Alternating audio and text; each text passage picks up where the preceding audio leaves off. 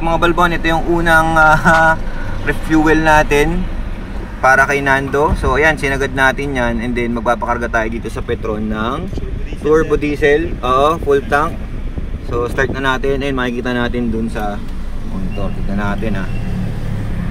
Silipin natin, bababa muna tayo.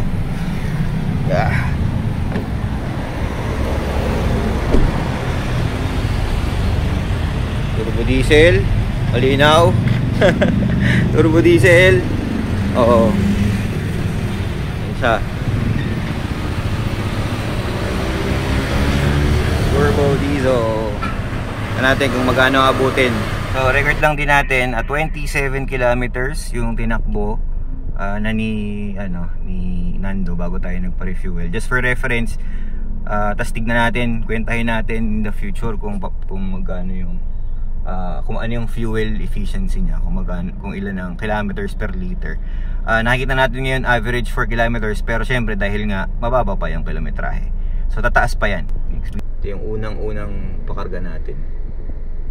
So yan 58. Yon, 59. 59.9, 3,374.04 ang inabot ng full tank from yung sagad natin kanina. So most probably mga 60 liters nga to. Sige, sa susunod na pagbalik natin, kukwentahin natin kung magkano yung inabot na fuel consumption natin.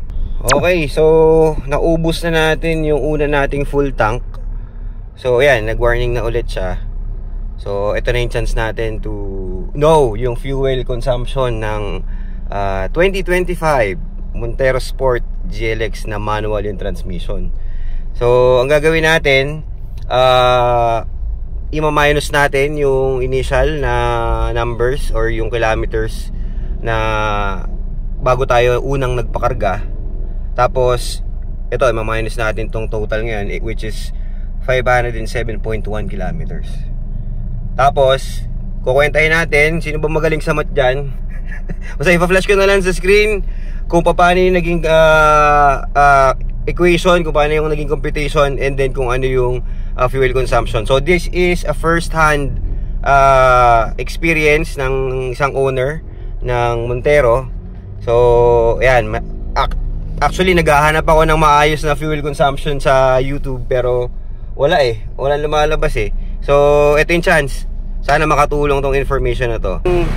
Gagawin lang natin is yung automatic lang, auto click. So running 39 liters, 2,000 pesos ang inaabot.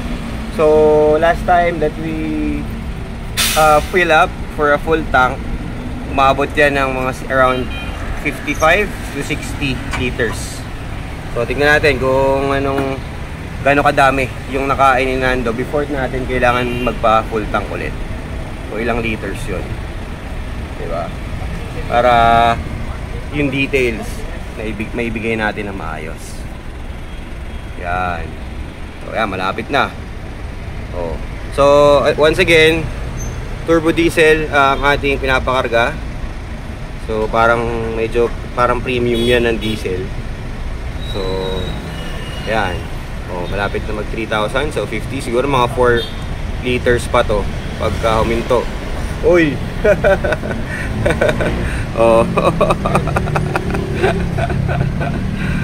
Ayan na, 55 liters. 5 liters, 56. So, sabi sa inyo mga 60 liters yan eh. Okay. 59, 60. T60 pa ba? Yes, nag-60. Up! 60.3. And it is 3,349.98. Okay na, idol. Thank you. Yan. Okay na yun. Sakto yun. Yung automatic click lang pinanata natin. Okay, sige. Kwentahin na natin to. Yan. Full tank na ulit siya. So, ang total na kilometrahe natin is 517. Actually, nung pinikap ko to, around 10 kilometers meron na kagad eh. Meron na kagad kilometrahe, 10 kilometers. So, yan. Ayun yung mga figures na kailangan natin. So, first is yung total of kilometers. Second is yung liters. na kung gaano kadami yung kinain niya, and then yung price, kung magkano yung presyo nung unang karga natin. Okay, so hindi naman ako magaling sa math, kaya ayan, flash ko na lang sa screen yung naging kwenta natin. So ayan, first hand experience ng isang Montero Sport Owner 2025 GLX manual transmission. Ang driving na ginawa natin is Mix City, and then dalawang tanay, pare. Nakadalawang tanay ako, balikan. Tapos yan, city driving na. This is another run of trying to get the fuel consumption ng Montero Sport 2025 GLX manual transmission. So we went to Pagudpod, and back and forth we accumulated around 1,450 kilometers. So balikan yun. So papakita ko lang kung ano yung naging average fuel consumption niya. So nag-average ako dito ng 13 to 14. Mix na yun. So syempre dumaan tayo sa mga city, sa mga bayan-bayan pagdating ng La Union. So mixed with the expressway. So yun, paikot-ikot, gala-gala sa mga spot. Nag-average ako ng 13 to 14 kilometers per liter. So for me, okay na yun. Parang na din siyang yung Ertiga ko, parang ganun yung tingin ko eh. Pero ayun nga, kanina pinakita natin yung unang run kung ilan yung naging average niya. Pero para sa akin, it's fine. Sakto lang yung kanyang fuel consumption. Mas tipid pa rin kasi syempre mas mura yung diesel kaysa sa gas.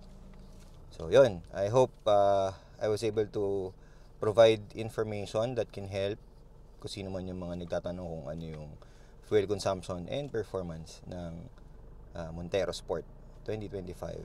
And this is again a manual transmission GLX, the base model. Okay, thank you very much for tuning in. Baka hindi ka pa nakasubscribe, tol, subscribe ka na sa channel natin. Pakita lang natin yung poging steering wheel natin. O tara, sa tagumpay.